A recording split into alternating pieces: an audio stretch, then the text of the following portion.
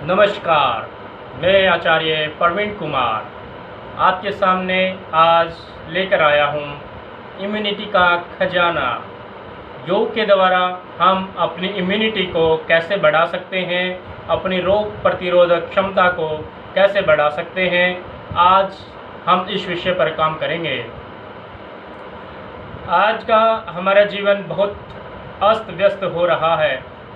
लोग त्राही त्राही कर रहे हैं, ना जाने ये दुनिया कहाँ जा रही है, कोई भी इस बात से अनभिज्ञ है। तो आज एकमात्र साधन जो सबसे विशेषता लिए हुए है वह है योग, इस सृष्टि को बचाने के लिए, अर्थात योगेश्वर भगवान शिव के द्वारा दी हुई यह विद्या अनेकों ऋषि मुनियों के द्वारा इस संसार के अंदर प्रस्तुत की गई है। तो उसी कड़ी के अंदर उन्हीं महापुरुषों के, उन्हीं ऋषियों भगवान के आशीर्वाद से आज हम उन्हीं की देन योग का पालन करेंगे। और योग के अंदर जो विशेष क्रियाएं हैं, शारीरिक शोधन, आसन, प्राणायाम, इनके जरिए हम अपने शरीर की इम्यूनिटी को किस प्रकार से बढ़ा सकते हैं, इस विषय पर चर्चा करेंगे। तो आइए हम समझते हैं और करते हैं कि हम अपने शरीर की ताकत को कैसे बढ़ा सकते हैं, निरोगता कैसे प्राप्त कर सकते हैं और एक सोने की तरह चमकता हुआ शरीर कैसे प्राप्त कर सकते हैं। तो आइए हम सबसे पहले बात करते हैं कपालभाति के ऊपर। कपालभाति एक शोधन क्रिया है जिससे शारीरिक शोधन होता है। इसके अंदर 3 पड़ाव आते हैं, इसके अर्थात 3 भाग हैं। पहला भाग होता है शीतकर्म, जो पानी के द्वारा किया जाता है, जिसमें पानी मुंह से पीकर नाक से निकाला जाता है। दूसरा व्युत्कर्म होता है जिसमें नाक से पानी पीकर मुंह से निकाला जाता है। और तीसरा वातकर्म होता है जिसमें हम ब्रीदिंग स्ट्रोक्स के माध्यम से इस क्रिया को करते हैं। तो इस क्रिया में जैसे कपालभाति अर्थात कपाल क्षेत्र को, अपने मस्तिष्क को सुंदर साफ चमकता हुआ बनाने के लिए और शरीर के अंदर से इस गले से ऊपर के भाग के सभी मैल समाप्त करने के लिए और इस उदर के भाग को साफ करने के लिए यह क्रिया विशेष रूप से की जाती है। इसके साथ कॉम्बिनेशन होता है प्राणायाम का। प्राणायाम कौन सा? अनुलोम विलोम, जिसको नाम से हम आज जानते हैं, लेकिन वास्तव में वह है नाड़ी शोधन प्राणायाम। नाड़ियों की शुद्धता के लिए 72,000 नर्व्स हमारी बॉडी के अंदर हैं। प्रत्येक नाड़ी का, प्रत्येक नर्व का साफ होना अत्यंत आवश्यक है, क्योंकि शरीर के अंदर जो इलेक्ट्रिसिटी डिस्ट्रीब्यूशन होता है वो इन्हीं के माध्यम से होता है। और अगर शरीर का किसी भी भाग में ऊर्जा नहीं जाती है तो वह भाग क्षीण हो जाता है, कमज़ोर पड़ जाता है। तो आइए आज हम संपूर्ण शरीर के अंदर लेके चलते हैं बिजली।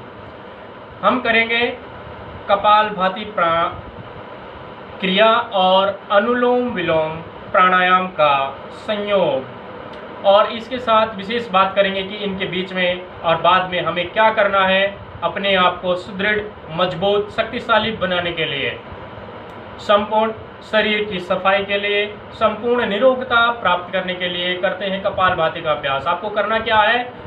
एक लंबी गहरी सांस भरेंगे और लंबी गहरी सांस भरने के बाद आप अपनी उस सांस को धीरे धीरे झटके देते देते देते देते बाहर निकालते रहेंगे और आपको ऐसा 60 बार करना है। प्रारंभिक रूप में आप अभी शुरुआत जो करेंगे वो केवल आप इस प्रकार, जैसे आपने एक बार सांस लिया,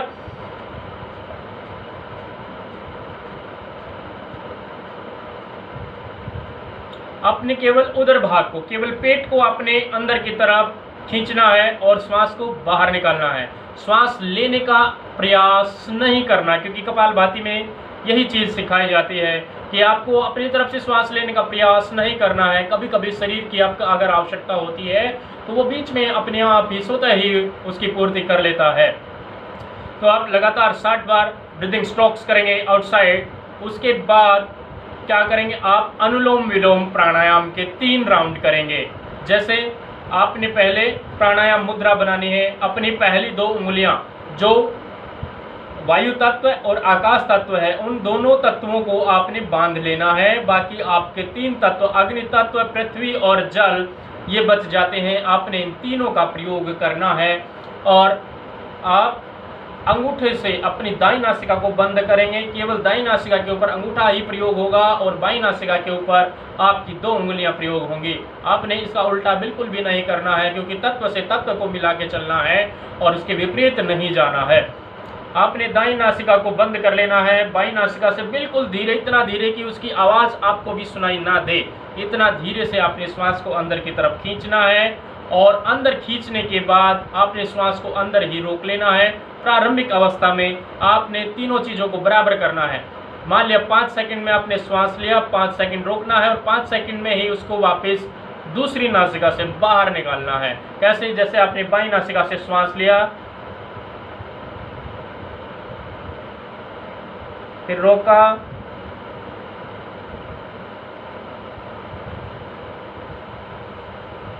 छोड़ दिया।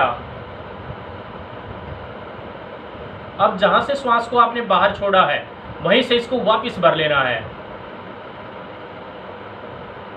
भरा, रोका और बाईं नासिका से बिल्कुल धीरे धीरे छोड़ दिया। ऐसे हमने 3 राउंड करने हैं। ये अब 1 राउंड हुआ, ऐसे ही हमने 3 राउंड करने हैं।